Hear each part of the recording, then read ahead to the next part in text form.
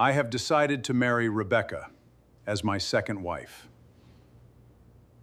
The day my father announced that he intended to marry my divorced mother-in-law as his second wife, every sound inside our family home disappeared. Conversations stopped halfway through unfinished sentences. Glasses remained suspended in trembling hands. Even the children who had been laughing only moments earlier fell strangely quiet, as if they somehow sensed that the adults had just crossed into a moment none of us would ever forget. I searched my father's face, waiting for the smile that would reveal it had all been a terrible joke. It never came. He looked directly at every member of our family with complete confidence before calmly repeating the same sentence, word for word. I intend to marry Rebecca. My wife, Emily, gasped before breaking into uncontrollable tears. My mother, Carol, simply stared at him without blinking. I remember wishing someone would laugh, someone would argue, someone would tell him he had lost his mind. Instead, silence answered him. That silence became the beginning of a story that shattered everything I believed about love, loyalty, family, and the people I thought I knew better than anyone. By the time the sun disappeared beyond the trees that evening, my mother had made one decision that would expose secrets hidden for decades, divide two families, and leave an entire community questioning whether they had ever truly known my father at all. What happened next changed all of our lives forever. Most people believe the worst betrayals happen without warning. I grew up believing there wasn't a problem my father couldn't solve or a person he wouldn't help. That reputation made what happened next almost impossible to accept. Before we dive deeper, let us know in the comments where you're watching from. We'd love to hear from you. And don't forget to hit that subscribe button so you never miss any of our upcoming videos. My name is Daniel, and before that day our family looked ordinary from the outside. My wife Emily and I had been married for 8 years. We had built a peaceful life together despite the normal challenges every marriage faces. Emily's mother, Rebecca, had divorced her husband 3 years earlier after a long marriage that ended with disappointment neither of them had expected. It had been painful for everyone involved, but over time she rebuilt her confidence and found a quiet rhythm to her life. My mother, Carol, treated Rebecca with kindness and respect. Family gatherings were comfortable. Birthdays were celebrated together. Holidays felt warm and familiar. No one could have imagined that one relationship would eventually place these two women at the center of a conflict that neither of them had chosen. My father often offered Rebecca practical advice after her divorce. At first, everyone appreciated his willingness to help. He explained legal documents, recommended financial planners, and occasionally repaired small problems around her house. None of us questioned it because helping people was exactly what my father had always done. We believed we were watching simple compassion. We had no idea we were witnessing the beginning of something that would soon test every promise our family had ever made to one another. If someone had asked me a week before that family gathering to describe my father, I would have called him the strongest man I knew. His name was Richard, and for most of my life, he carried himself with the kind of confidence that made difficult decisions look effortless. He had built a successful construction company from nothing more than an old pickup truck and a handful of clients who trusted his word. Around town, people admired him because he always seemed willing to help. If a neighbor needed repairs after a storm, Richard was there before sunrise. If someone in church lost a job, he quietly found them work without expecting praise. My mother, Carol, stood beside him through every success and every setback. They had been married for 38 years, raising me to believe that commitment meant staying together through every season of life. Their marriage became the standard I measured every relationship against. Looking back now, I realize I was measuring something I didn't fully understand. The image everyone respected was carefully maintained, but appearances can hide disappointments that even the closest family members fail to notice until it is far too late. My mother never demanded attention. She wasn't the loudest voice in any room, nor did she try to impress anyone with expensive clothes or dramatic stories. Her strength showed itself in quieter ways. She remembered birthdays without reminders. She prepared meals for neighbors recovering from illness. She somehow knew when someone needed encouragement before they said a single word. My childhood memories are filled with her laughter echoing through the kitchen while she baked pies for church events or decorated the house before Thanksgiving. Even after I married Emily, my mother continued treating us like we had just started our lives together. Every Sunday afternoon, she insisted we stay for dinner, even when we politely declined. She would simply smile and remind us that family meals were never about the food. They were about making sure nobody faced life's struggles alone. That belief shaped everything she did. It also explains why her silence during my father's announcement frightened me more than shouting ever could have. Carol was a woman who believed every problem could be solved through honesty. The fact that she said absolutely nothing told me she had already realized something the rest of us had not. Emily entered my life when neither of us expected love to become permanent. We met during a charity fundraiser organized by mutual friends, and from our first conversation, I admired how deeply she cared about the people around her. She never judged anyone by their mistakes. She believed everyone deserved another opportunity if they were willing to change. That compassion came from watching her own parents struggle through years of unhappiness before finally divorcing. Her mother, Rebecca, suffered greatly during that separation. After nearly 3 decades of marriage, she suddenly found herself learning how to live alone while trying to rebuild both her confidence and her finances.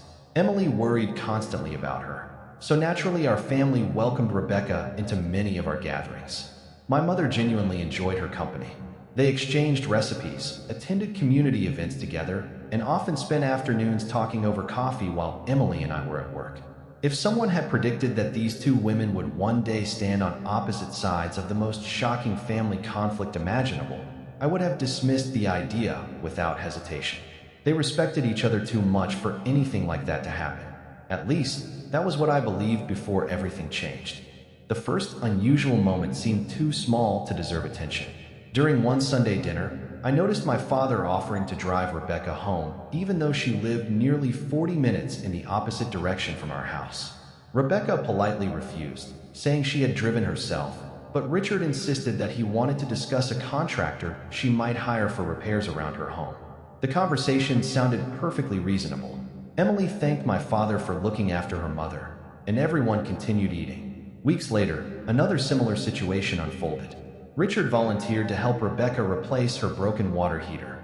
Then he repaired her fence after heavy winds damaged it. Soon he was recommending investment advisors, helping organize insurance paperwork, and stopping by her house more frequently than anyone else in the family. Every explanation sounded practical. Every favor appeared harmless. Whenever Emily mentioned how grateful she was for my father's kindness, I agreed with her completely. My mother smiled politely each time the subject came up. Yet something about that smile gradually changed. It became thinner, quieter, almost as though she was forcing herself to remain calm, while questions she couldn't answer continued growing inside her mind. I noticed the difference, but I convinced myself it was simply my imagination. One evening, several months before the announcement, I visited my parents unexpectedly after finishing work early. My father wasn't home, which surprised me because he rarely stayed away without telling my mother exactly where he was going. Carol was sitting alone on the back porch with a cup of tea that had already gone cold. She looked up as I approached and quickly smiled, but the sadness in her eyes remained. We talked about ordinary things for nearly an hour before she quietly asked whether I thought Rebecca seemed happy lately. I answered that she was doing much better than she had after the divorce.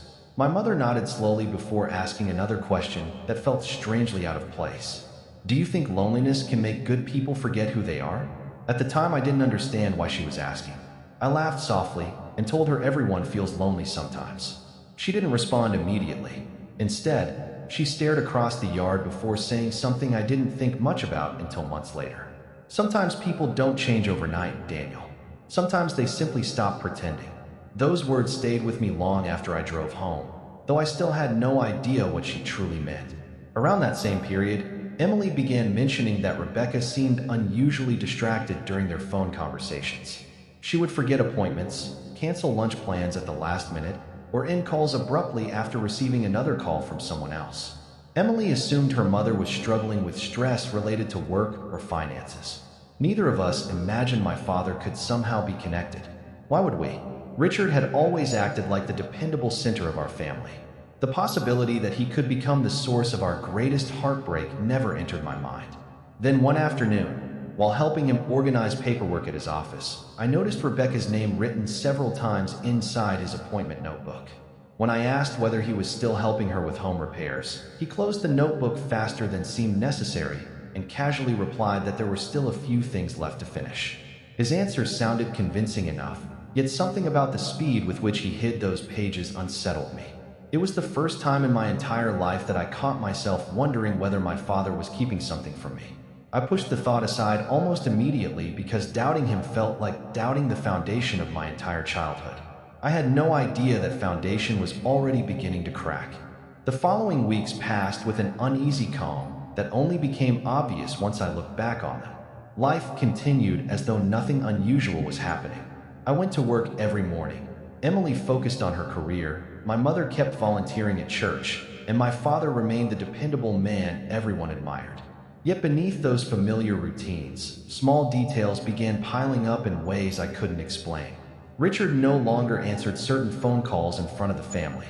If his phone vibrated during dinner, he would excuse himself and step outside before returning several minutes later with an expression that disappeared the moment anyone looked at him. Rebecca also became increasingly difficult to reach.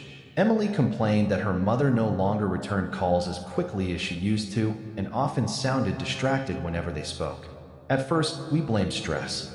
Rebecca had spent years rebuilding her life after her divorce, and everyone assumed she was simply trying to find stability again. But there was another change that bothered me even more.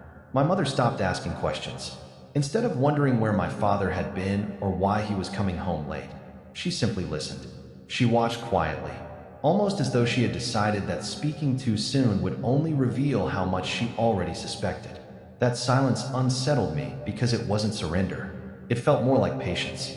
One Saturday afternoon, Emily suggested we surprise her mother with lunch at her house. It had been nearly 2 weeks since any of us had visited, and she thought Rebecca would appreciate the company. We picked up sandwiches from her favorite deli before driving across town. As we turned onto her street, I noticed a familiar black pickup truck parked in her driveway. My father's truck. I immediately assumed he was repairing something around the house again. That explanation made perfect sense until we walked to the front porch and heard laughter coming from inside. It wasn't the laughter itself that caught my attention. It was how comfortable it sounded. The kind of laughter shared between people who had forgotten the rest of the world existed. Emily knocked once before opening the unlocked front door. The conversation inside stopped instantly. A few seconds later, Rebecca appeared in the hallway, looking unusually nervous. My father followed several steps behind her carrying a toolbox that looked untouched. He smiled naturally and explained that he had just finished checking a leaking faucet. Rebecca quickly agreed with the explanation, but something about the room suggested they had been doing anything except plumbing. The coffee cups on the table were still warm. Music played softly from the living room. The toolbox looked cleaner than when I had seen it the previous week sitting in my father's garage. Emily didn't seem to notice any of those details, but I did. For the first time, doubt settled into my mind and refused to leave. That evening, I drove to my parents' house alone. I didn't mention what I had seen because I wasn't even sure what I believed. Accusing my father of something without evidence felt reckless, yet pretending nothing had happened felt equally dishonest.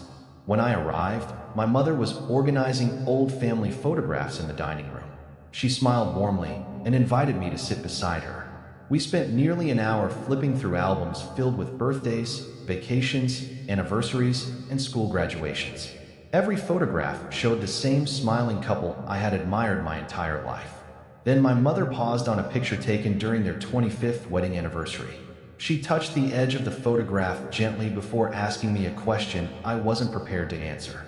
Daniel, if someone breaks your trust after many years, do you think forgiveness should come before truth? Or should truth come first? I stared at her, unsure where the question had come from. Before I could answer, she quietly closed the album and smiled again. Don't worry, I was only thinking out loud. She changed the subject immediately, but her words stayed with me all night. It was becoming painfully clear that my mother wasn't asking random questions anymore. She was measuring my heart before revealing something she wasn't yet ready to say. A few days later, Emily received an invitation from Rebecca asking both of us to join her for dinner the following weekend. She sounded happier than she had in months, which relieved Emily greatly. We accepted without hesitation. Later that same evening, my father called and invited us to dinner at my parents' house, on the exact same night. When I pointed out the conflict, he paused for several seconds before saying he had forgotten Rebecca had already made plans. His explanation sounded unusually awkward. It was the first conversation I could remember in which my father seemed uncomfortable speaking with me. After hanging up, I mentioned the strange coincidence to Emily, but she brushed it aside, suggesting that everyone had simply become busy. I wanted to believe her. I truly did. Yet a feeling I couldn't explain kept growing stronger. It wasn't based on proof. It wasn't even based on logic. It was the quiet realization that too many coincidences were beginning to point in the same direction. Every answer seemed reasonable on its own, but together they formed a picture that made less and less sense. I began paying closer attention, not because I wanted to uncover something terrible, but because I desperately hoped my growing suspicions would prove completely wrong. The answer came from someone I least expected. One Wednesday morning, while grabbing coffee before work, I ran into an elderly family friend named Harold, a man who had known my parents since before I was born. After exchanging greetings, he hesitated before asking whether everything was all right at home. I smiled and told him everything was fine. He nodded uncertainly and admitted he had recently seen my father and Rebecca having dinner together at a restaurant nearly an hour outside town. He emphasized that there was nothing inappropriate about sharing a meal, but he found it unusual that they seemed eager not to be recognized. Harold apologized immediately, saying he probably shouldn't have mentioned it. I thanked him anyway and walked back to my car feeling as though the ground beneath me had shifted. My father had never told anyone about that dinner. Rebecca hadn't mentioned it to Emily either. Perhaps there was an innocent explanation, but for the first time, I stopped searching for one. Instead, I found myself asking a question I never imagined would enter my mind. If my father had nothing to hide, why had every important detail reached me through someone else instead of through him? That question became impossible to ignore, and before long, every answer I had been avoiding came crashing into our family all at once. That night, I barely slept. Every time I closed my eyes, I saw fragments of conversations, half-finished explanations, and the uneasy expressions that had been accumulating for weeks. By morning, the uncertainty had stopped feeling like suspicion and started feeling like something heavier, something that demanded action. I told myself I would wait, that I would observe a little longer, gather something concrete before saying or doing anything I couldn't take back. But by the time I left for work, I already knew I wasn't going to be able to keep that promise. Around noon, Emily texted me. My mom wants to reschedule dinner. She said something came up with Dad's side of the family. I stared at the message longer than I should have. Something about the phrasing felt rehearsed, as if it had been carefully chosen to sound casual. I asked her what exactly had come up, but she didn't know. Rebecca had been vague, almost apologetic, and had ended the call quickly. That was when I made a decision I still can't fully explain. Instead of going back to work after lunch, I drove across town. I didn't tell Emily. I didn't tell my mother. I didn't even fully understand what I was hoping to find. I only knew I couldn't keep standing on the outside of something that was clearly already affecting all of us. Rebecca's neighborhood was quiet when I arrived. The same black pickup truck was there again, parked slightly crooked in the driveway. My father's truck. I sat in my car for a long time before getting out. From the street, the house looked completely ordinary. Curtains drawn halfway, no obvious movement inside.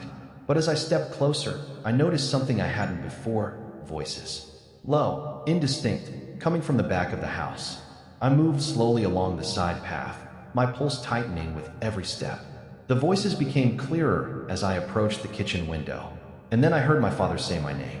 I stopped immediately. There was a pause inside the house, followed by Rebecca's voice, sharper than I had ever heard it. "We can't keep doing this without telling them." Silence followed, a long, heavy silence that made my stomach drop.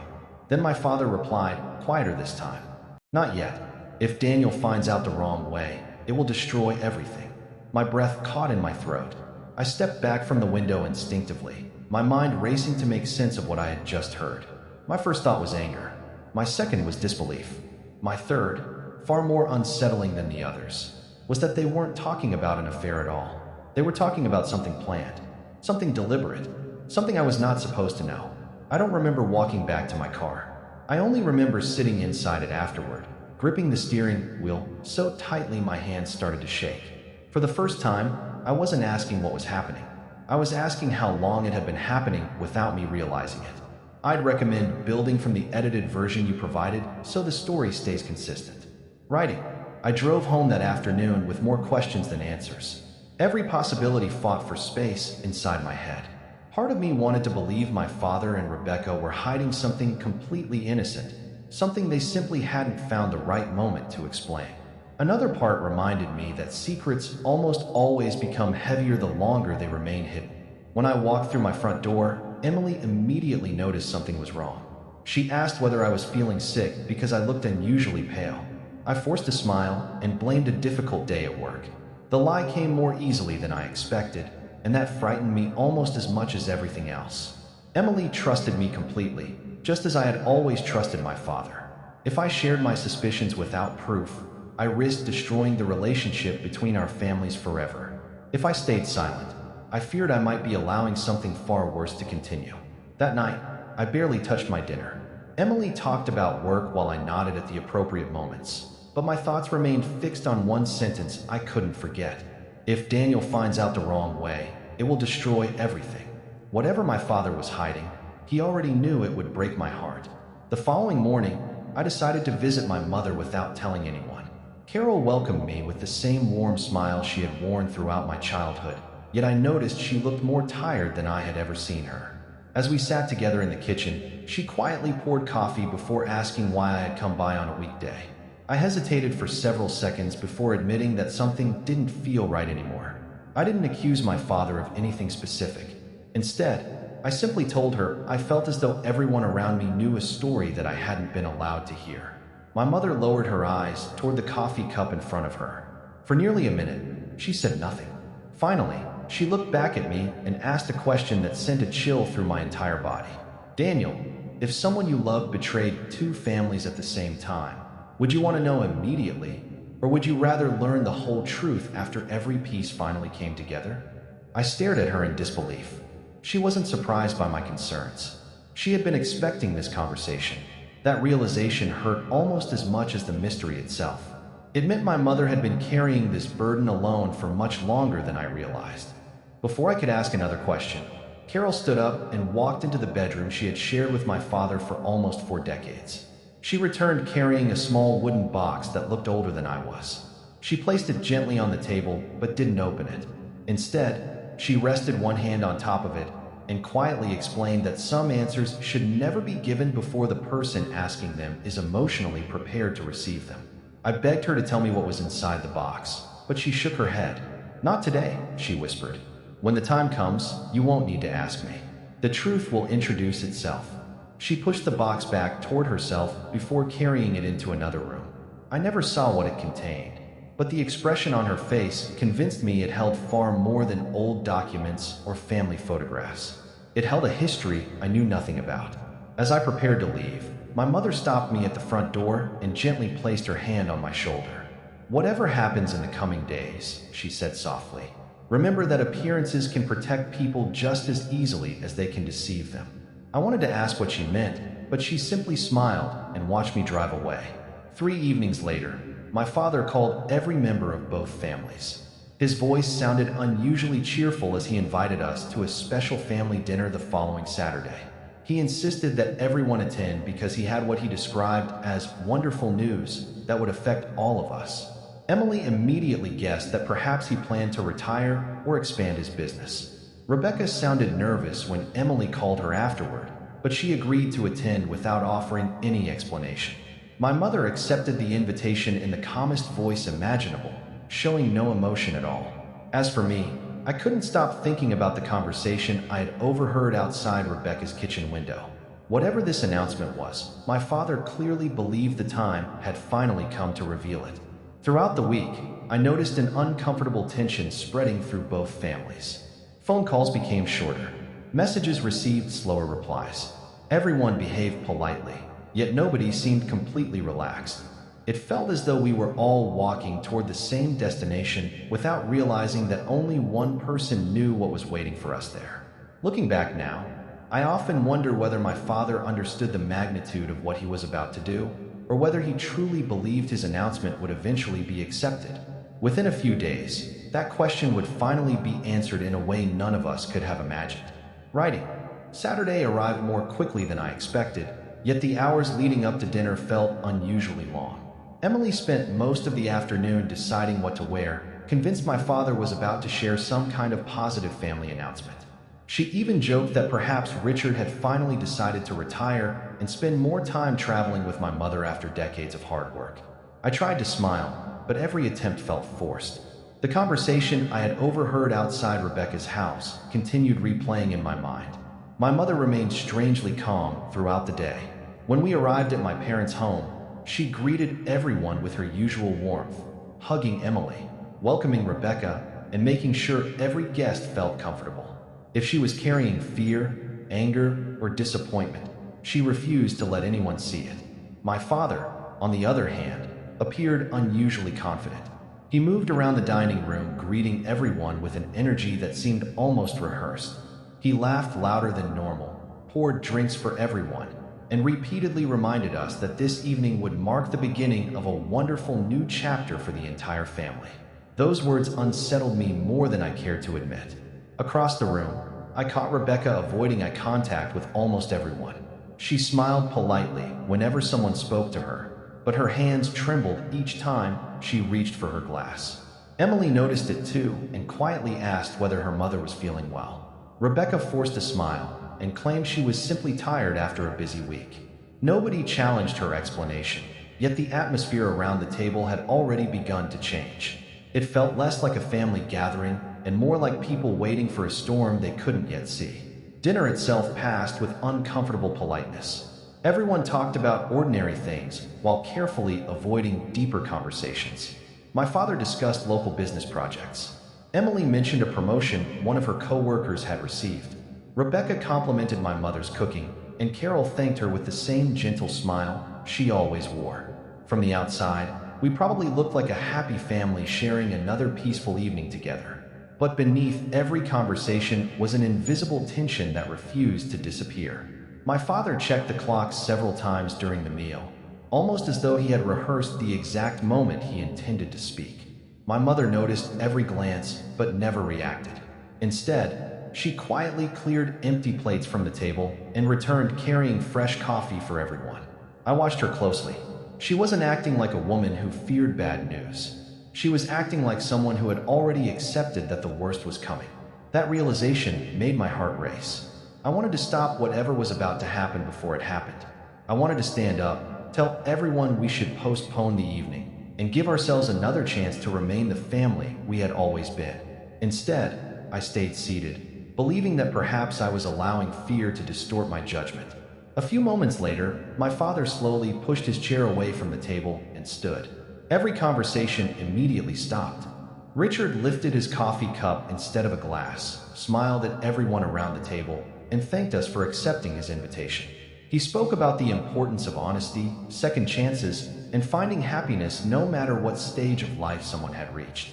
At first, his words sounded almost inspirational.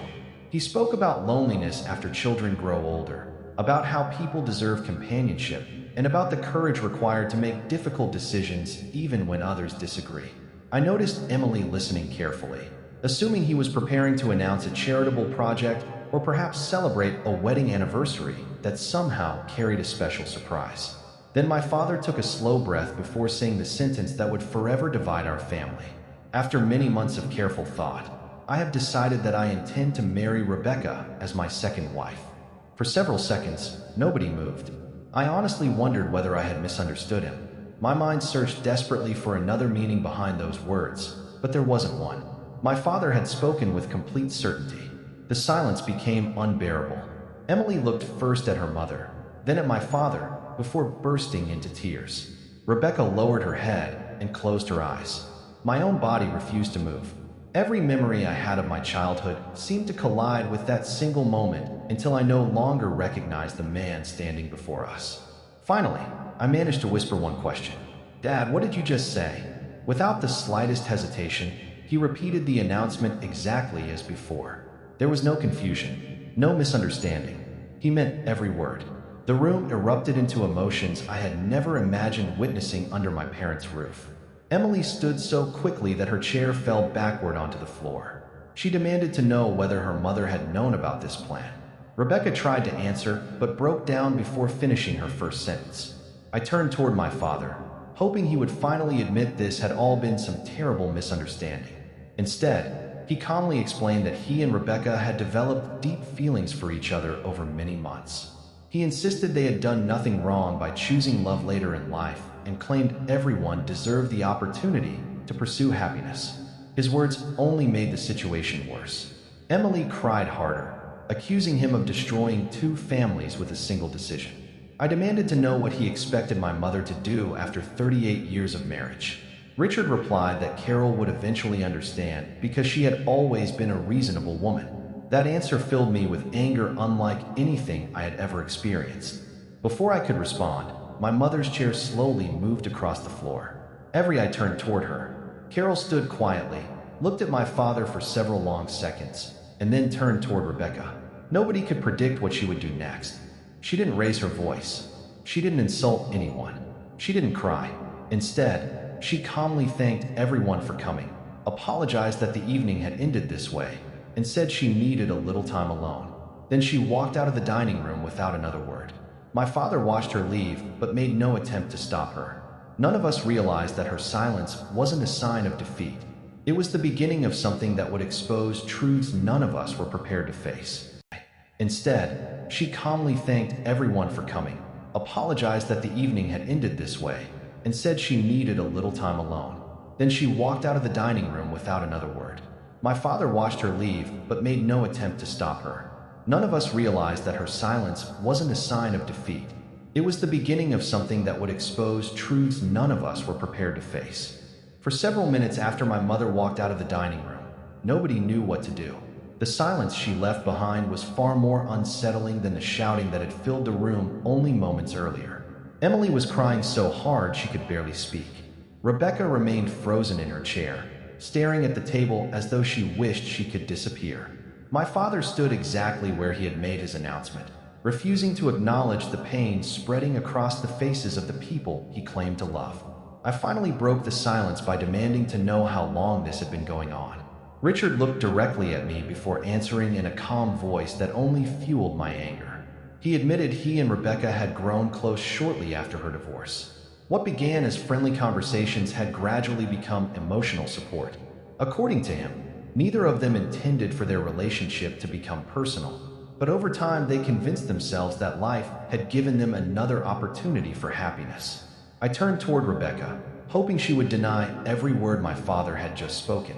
Instead, tears streamed down her face as she quietly admitted that she had tried several times to end their relationship, but never found the courage to walk away completely. Emily covered her face with both hands. She wasn't simply watching her family fall apart. She was watching two people she trusted confess to breaking it apart themselves. Rebecca was begging my father to postpone everything, insisting that this wasn't how she wanted the truth to come out. Richard refused. He insisted that delaying the wedding would only create more confusion and argued that honesty, no matter how painful, was better than living with secrets. I could hardly believe what I was hearing. The man who had hidden this relationship for months was suddenly lecturing everyone else about honesty. My patience disappeared completely. I told him he wasn't asking for understanding. He was demanding acceptance after betraying his wife, his son, his daughter-in-law, and every promise he had made over nearly 4 decades of marriage. For the first time that evening, my father's confidence began to crack. He opened his mouth to respond, but stopped halfway through his sentence. Before another word could be spoken, his phone rang. He looked at the screen, frowned, and stepped into the hallway to answer it. When he returned less than 2 minutes later, the color had drained from his face. Whatever he had just heard had shaken him in a way I had never witnessed before. Without explaining the phone call, Richard grabbed his car keys and hurried toward the front door. I followed him outside, demanding to know where he was going. He stopped beside his truck and looked at me with an expression I couldn't read. "Your mother has been to my attorney's office," he said quietly. "She wasn't there to argue. She wasn't there to beg me to come home. She delivered something." Before I could ask what he meant, he climbed into his truck and drove away. Emily and I exchanged confused looks before deciding to head back to our own house. Neither of us slept that night. We spent hours trying to reach my mother without success. Rebecca left several emotional voicemail messages apologizing over and over again. Richard never answered another call. The following morning, news spread through our extended family with incredible speed. Relatives began calling from different states asking whether the rumors were true. Some refused to believe them. Others insisted there had to be another explanation. By Sunday afternoon, members of our church had already started discussing the situation. A family that had once been admired for its unity had become the center of endless speculation. Yet while everyone else searched for answers, only one person seemed completely prepared for what was happening: my mother. Late that Sunday evening, I finally received a message from Carol. It wasn't emotional. It wasn't angry. It simply asked me to meet her alone at the small lakeside park where she had taken me fishing when I was a boy. I arrived just before sunset and found her sitting on a wooden bench overlooking the water. She smiled gently as I approached, almost as though we were meeting for an ordinary conversation instead of the most difficult moment of our lives. After a long silence, she handed me a sealed envelope with my name written neatly across the front. Inside was a copy of a legal document bearing my father's signature from nearly 20 years earlier. As I continued reading, my confusion grew. It wasn't divorce paperwork. It wasn't a will. It was part of a financial agreement that revealed something my father had carefully hidden from almost everyone. My mother explained that years before, when my father's business faced financial collapse, nearly every major family asset had been transferred into her name to protect the company from creditors. The house, investment accounts, commercial properties, and even significant portions of the business legally belonged to Carol, not Richard. My father had continued running everything, allowing everyone to assume he remained the owner, but legally the foundation of his wealth rested almost entirely in my mother's hands. She folded her hands calmly before looking directly at me. "Your father spent years believing those papers would never matter again," she said softly. "Tomorrow, he's going to discover how wrong he was." As I stared at those documents, my understanding of everything that had happened began changing. My mother's silence after the announcement had never been helplessness. She hadn't walked away because she lacked the courage to confront my father. She had walked away because she already knew exactly what she intended to do. Every quiet observation, every careful question, every moment she chose not to argue suddenly made sense. She wasn't preparing for an emotional battle. She had been preparing for something far more decisive. Before we left the park, I asked the question that had haunted me since the dinner. "Mom, are you trying to destroy Dad?" She looked across the calm water for several moments before answering. "No, Daniel. I spent 38 years helping your father build a life. I have no interest in destroying it. But I will not spend the years I have left pretending betrayal has no consequences. Tomorrow, everyone will finally learn the truth he believed would stay hidden forever." As we walked back toward our cars, I realized the announcement that had shocked our family was only the beginning. My father's greatest surprise wasn't that his wife had remained silent. It was that he had mistaken her silence for surrender. The next morning began with an unusual stillness that made the entire town feel different. News of my father's announcement had traveled faster than any of us imagined. Friends who normally called to ask about work or family suddenly had other reasons for reaching out. Some wanted to know whether the rumors were true. Others insisted there had to be a misunderstanding because they simply couldn't picture Richard abandoning the woman who had stood beside him for nearly 4 decades. By 8 o'clock that morning, my phone had already received more messages than it normally did in an entire week. Emily ignored every call from relatives because she had no idea how to explain what had happened. Rebecca hadn't answered anyone either. As for my father, he remained completely unreachable. It was almost as though he had disappeared at the exact moment everyone expected him to defend the decision that had shattered 2 families. Only my mother seemed untouched by the growing chaos. She called me shortly after breakfast and asked me to meet her at the downtown office building where my father's attorney worked. Her voice remained steady, giving nothing away. I arrived 20 minutes later to find Carol standing near the entrance, carrying the same leather folder she had taken with her the night before. She greeted me with a gentle smile before saying quietly, "Today isn't about revenge, Daniel. It's about truth finally catching up with someone who believed he could outrun it forever." Inside the attorney's conference room sat several people I immediately recognized. My father's longtime accountant was there, along with 2 business partners who had worked beside him for years. Richard arrived a few minutes later looking exhausted, as though he hadn't slept at all. The confidence he had displayed during the family dinner had disappeared. When he noticed my mother holding the leather folder, his expression changed instantly. He understood exactly why she had come. Without raising her voice, Carol asked the attorney to distribute copies of several documents to everyone in the room. One by one, they read through property records, corporate filings, trust agreements, and financial statements dating back almost 20 years. The silence grew heavier with every page. My father's business partners looked at one another in disbelief. The accountant slowly removed his glasses and rubbed his forehead before quietly confirming that every document was authentic. My mother then explained something that left the room speechless. During the company's financial crisis years earlier, she had personally guaranteed enormous loans by placing nearly everything she owned at risk. In return, ownership of the family's major assets had been transferred into her name for legal protection. Everyone assumed those arrangements would eventually be reversed once the company recovered. They never were. Richard continued running the business as though nothing had changed, convincing even close relatives that he remained the legal owner. He had become the public face of an empire that, on paper, belonged almost entirely to the woman he had just betrayed. My father finally broke the silence. He admitted the documents were genuine, but insisted they changed nothing about his feelings for Rebecca. He argued that money and property had nothing to do with love and accused my mother of trying to humiliate him publicly because she couldn't accept his decision. Carol listened patiently without interrupting. When he finished speaking, she calmly slid one final envelope across the table. Inside were signed divorce papers along with formal notices transferring management of several business operations into the hands of an independent trustee until the legal process concluded. She had also instructed the attorney to freeze certain transactions involving jointly managed assets until the court determined their final distribution. My father stared at the papers without touching them. For the first time in my life, I saw genuine fear in his eyes. It wasn't fear of losing money alone. It was the realization that the future he had carefully planned no longer belonged entirely to him. His business partners quietly excused themselves from the meeting, explaining that they needed to review the company's legal position before making further decisions. Within minutes, Richard found himself sitting alone across from the woman he had underestimated for years. My mother never celebrated. She never smiled with satisfaction.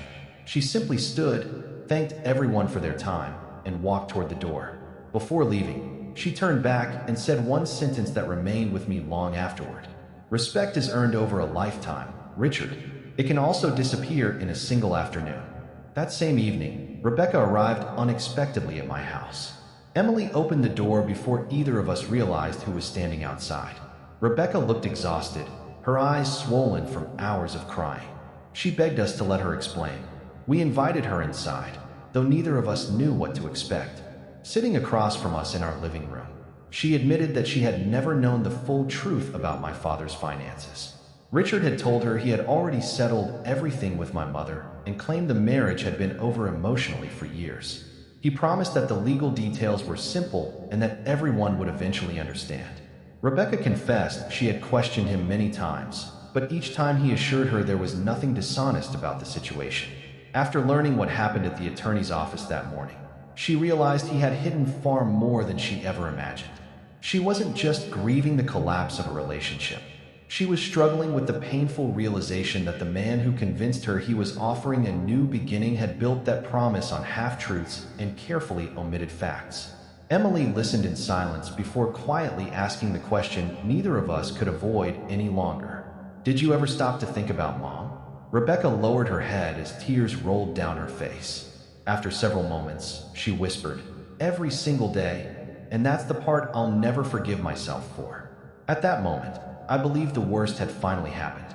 I believed every hidden truth had been exposed and every painful secret had reached the surface. I couldn't have been more mistaken. Before the week ended, another revelation would emerge, one that would force me to question not only my father's decisions, but also events from many years earlier that none of us had ever connected.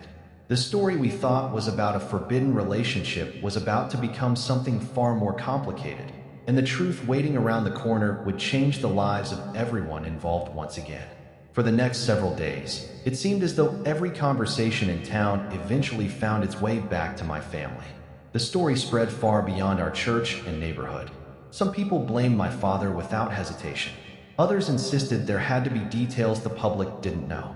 A few questioned my mother's decision to take legal action so quickly, arguing that private matters should remain private. I learned an important lesson during those difficult days. People who watch a family fall apart often feel comfortable deciding who is right and who is wrong before they understand even half of the truth. Meanwhile, those actually living through the pain rarely have the luxury of simple answers.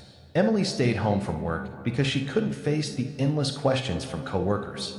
Rebecca stopped answering her phone entirely. My father remained at a small apartment owned by one of his friends, refusing every invitation to return home. As for my mother, she continued following her normal routine with remarkable discipline. She volunteered at church, visited elderly neighbors, and attended community events exactly as she always had. The only difference was the quiet determination in her eyes. She wasn't pretending everything was normal. She had simply decided that her husband's choices would not prevent her from living with dignity. Watching her carry herself with such grace made me admire her more than ever, but it also convinced me she still knew something the rest of us had not discovered. That answer arrived unexpectedly through my father's oldest friend, Thomas. He contacted me one evening and asked whether we could meet privately, because there was something I deserved to know before the situation became even worse. We met at a quiet diner outside town where he had known my parents for more than 30 years. Thomas looked deeply uncomfortable, as though he had been carrying a burden he never intended to reveal. After several minutes of silence, he admitted that my father's relationship with Rebecca hadn't been the first time he had crossed boundaries inside his marriage. Years earlier, during the difficult period when the construction company nearly collapsed, Richard had become emotionally involved with another woman who worked as a consultant for the business. According to Thomas, the relationship never became public because my mother discovered it early. Instead of humiliating my father or ending the marriage immediately, she insisted he end all contact and focus on rebuilding their family. Richard promised he had learned from the mistake. My mother believed him. Together, they rebuilt both the business and their marriage, or at least that's what everyone thought. Thomas lowered his eyes before quietly saying something that left me speechless.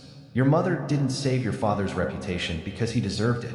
She saved it because she wanted you to grow up with respect for your father. I sat there unable to speak. The man I had admired my entire life suddenly seemed like someone I barely knew. My mother had protected him once before, and instead of appreciating that sacrifice, he had repeated the same betrayal in a different form many years later.